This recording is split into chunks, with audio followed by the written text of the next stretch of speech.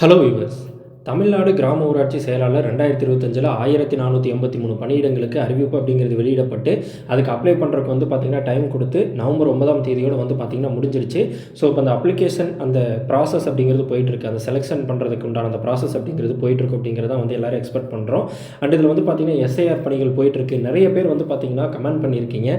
So apply பண்ண எல்லாருக்கும் வந்து பார்த்திங்கன்னா ஹால் டிக்கெட் வருமா, ஸோ இவ்வளோ மார்க் இருக்குது, இந்த கம்யூனிட்டியில் இருக்கேன், எனக்கு வந்து பார்த்திங்கன்னா ப்ரிஃபரன்ஸ் கிடைக்குமா, என்னை வந்து இந்த மாதிரி நேர்காணலுக்கு கூப்பிடுவாங்களா, அந்த மாதிரி கேட்குறீங்க.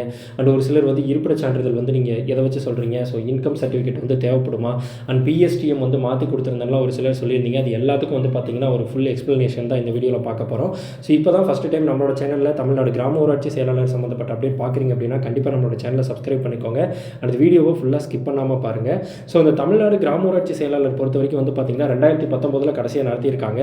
ஸோ இது வந்து அதுக்கு முன்னாடி நடத்தலையா, இந்த 2019 2025 நடத்தலையா அப்படின்னு கேட்டிங்கன்னா இது முழுக்க மாவட்ட கலெக்டர் அந்த கண்ட்ரோலில் வரக்கூடியது தான். ஸோ இப்போ ஒரு பக்கம் வந்து ஒரு வேகன்சி இருக்குது, அது வந்து சீக்கிரமாக தேவைப்படுது அப்படின்னா அப்போ அந்த மாவட்ட அளவில் வந்து பார்த்திங்கன்னா அந்த அறிவிப்பை வெளியிட்டு ஃபில் பண்ணுறதுக்கு உண்டான அந்த அதிகாரம் அப்படிங்கிறது வந்து மாவட்ட கலெக்டருக்கு இருக்குது. ஸோ அந்த மாதிரி தான் இப்போ அந்த 1483 பணியிடங்களுக்கு தமிழ்நாட்டில் இருக்கக்கூடிய 37 மாவட்டங்களில் அந்த 37 மாவட்ட ஆட்சித்தலைவர்கள் தான் அமைக்கக்கூடிய குழு தான் வந்து இதுக்கு நேர்காணல் அப்படிங்கிறது நடத்த போகிறாங்க. ஸோ இதுக்கு தமிழ்நாடு முழுக்க வந்து ஒரே தேர்வு கிடையாது, எழுத்து தேர்வு அப்படிங்கிறது கிடையாது. ஸோ இதுக்கு வந்து பார்த்திங்கன்னா நேர்காணல் மட்டும்தான். உங்களோட 10th மார்க்கை பேஸ் பண்ணி தான் வந்து அந்த இன்டர்வியூ அப்படிங்கிறது கூப்பிடுவாங்க. ஸோ இது வந்து ஒரு விஏஓக்கு ஈக்குவலான ஒரு பதவி அப்படின்னு வந்து சொல்லலாம். ஸோ இதுக்கு வந்து பார்த்திங்கன்னா கம்ப்யூட்டர் அவேர்னஸ் வந்து இருக்கணும்.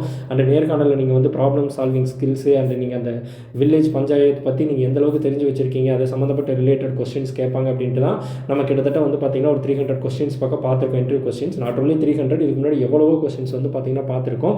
ஸோ அது இது வரைக்கும் பார்க்காதவங்க பாருங்கள். அண்ட் 2019 அவங்க என்ன ஃபாலோ பண்ணாங்க, 2025 இப்போ என்ன ஃபாலோ பண்ண போகிறாங்க, ரெண்டுக்கும் என்ன டிஃப்ரென்ஸு, ஸோ எதனால் வந்து பார்த்திங்கன்னா இந்த கம்யூனிட்டி அண்ட் இந்த ப்ரிஃபரன்ஸ் எல்லாம் இம்பார்ட்டன்ஸாக இருக்குது அப்படிங்கிறத நம்ம இந்த காணொலி ஃபுல்லாக பார்க்க போகிறோம். ஸோ கிராம ஊராட்சி செயலாளர் நியமன விதிகள் ஒப்பீடு. ஸோ தமிழ்நாடு கிராம ஊராட்சி செயலாளர் நியமனங்கள் மாவட்ட வாரியாக ஊரக வளர்ச்சித்துறை மூலம் நடத்தப்பட்டாலும் இதற்கான விதிகள் மாநில அரசால் பொதுவான சட்டம் அல்லது விதிகளின் கீழ் வகுக்கப்படுகின்றன. 2019 நடந்த நியமனங்களும் தற்போது 2025 நடக்கவிருக்கும் நியமனங்களுக்கும் உள்ள தகுதி மற்றும் விதிகள் ஒப்பீட்டை அமலில் இருந்த சட்டப்பிரிவுகளுடன் இங்கே காணலாம். 2019ஆம் ஆண்டுக்கான நியமன விதிகள். 2019ஆம் ஆண்டில் நியமனங்கள் பெரும்பாலும் அப்போது அமலில் இருந்த தமிழ்நாடு கிராம ஊராட்சி செயலாளர்கள் பணி நிபந்தனைகள் விதிகள் 2013 கீழ் மேற்கொள்ளப்பட்டன. தகுதிகள்: கல்வி தகுதி 10ஆம் வகுப்பு தேர்ச்சி, வயது வரம்பு குறைந்தபட்சம் 18 வயது, அதிகபட்ச வயது வரம்பு இடஒதுக்கீட்டு பிரிவுகளுக்கு ஏற்ப மாறுபடும். பொதுப்பிரிவு 30, மற்ற பிரிவுகளுக்கு 35.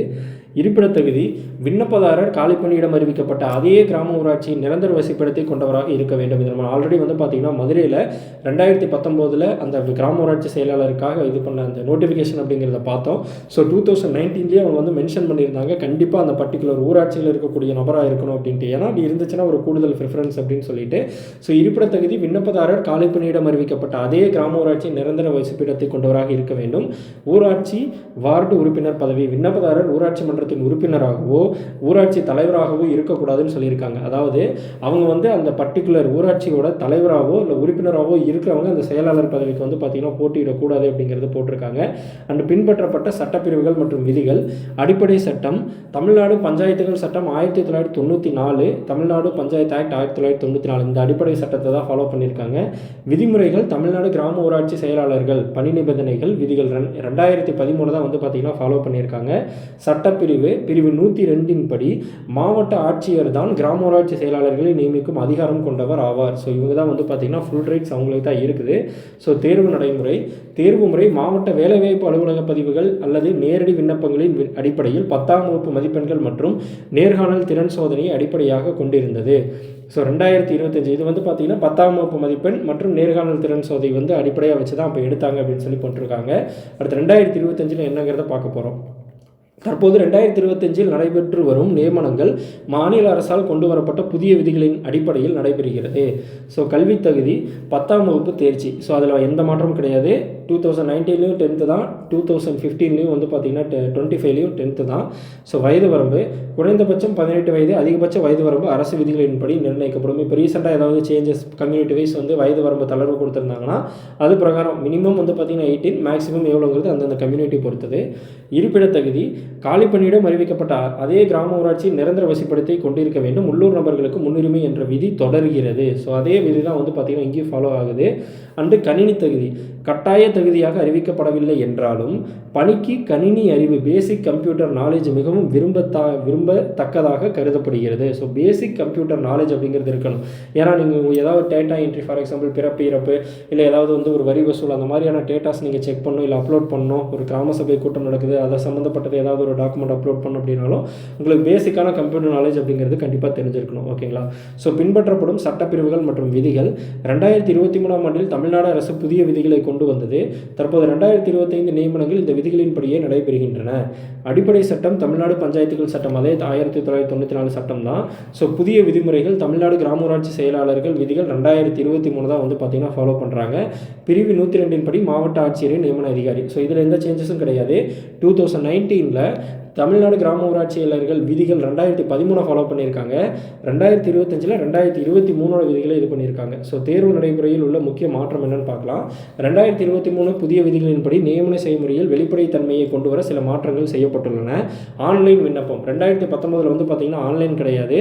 2019ல் அந்த வட்டார வளர்ச்சி அலுவலர் அலுவலகத்துக்கோ இல்லை மாவட்ட ஆட்சியர் அலுவலகத்துக்கோ அந்த நோட்டிஃபிகேஷனில் எங்கே மென்ஷன் பண்ணியிருந்தாங்களோ அவங்களுக்கு நீங்கள் போஸ்ட் தான் வந்து பார்த்திங்கன்னா பண்ணணும்.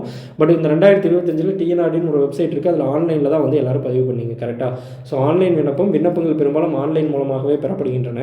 தேர்வு நியமனமானது விண்ணப்பதாரரின் 10ஆம் வகுப்பு மதிப்பெண்கள் மற்றும் நேர்முக தேர்வு திறன் தேர்வு அடிப்படையில் நடைபெறும் அப்படின்னு சொல்லியிருக்காங்க. திறன் தேர்வு முக்கியத்துவம் தமிழில் சரளமாக பேசவும் பிழையின்றி எழுதவும் படிக்கவும் தெரிந்திருப்பது மற்றும் இருசக்கர வாகனம் ஓட்டுநர் உரிமம் போன்ற அடிப்படை திறன் சோதனைகளுக்கு முக்கியத்துவம் அளிக்கப்படும் அப்படின்னு கொடுத்துருக்காங்க. ஸோ இது என்ன வேறுபாடு அப்படிங்கிறது வந்து பார்த்திங்கன்னா பார்க்கலாம்.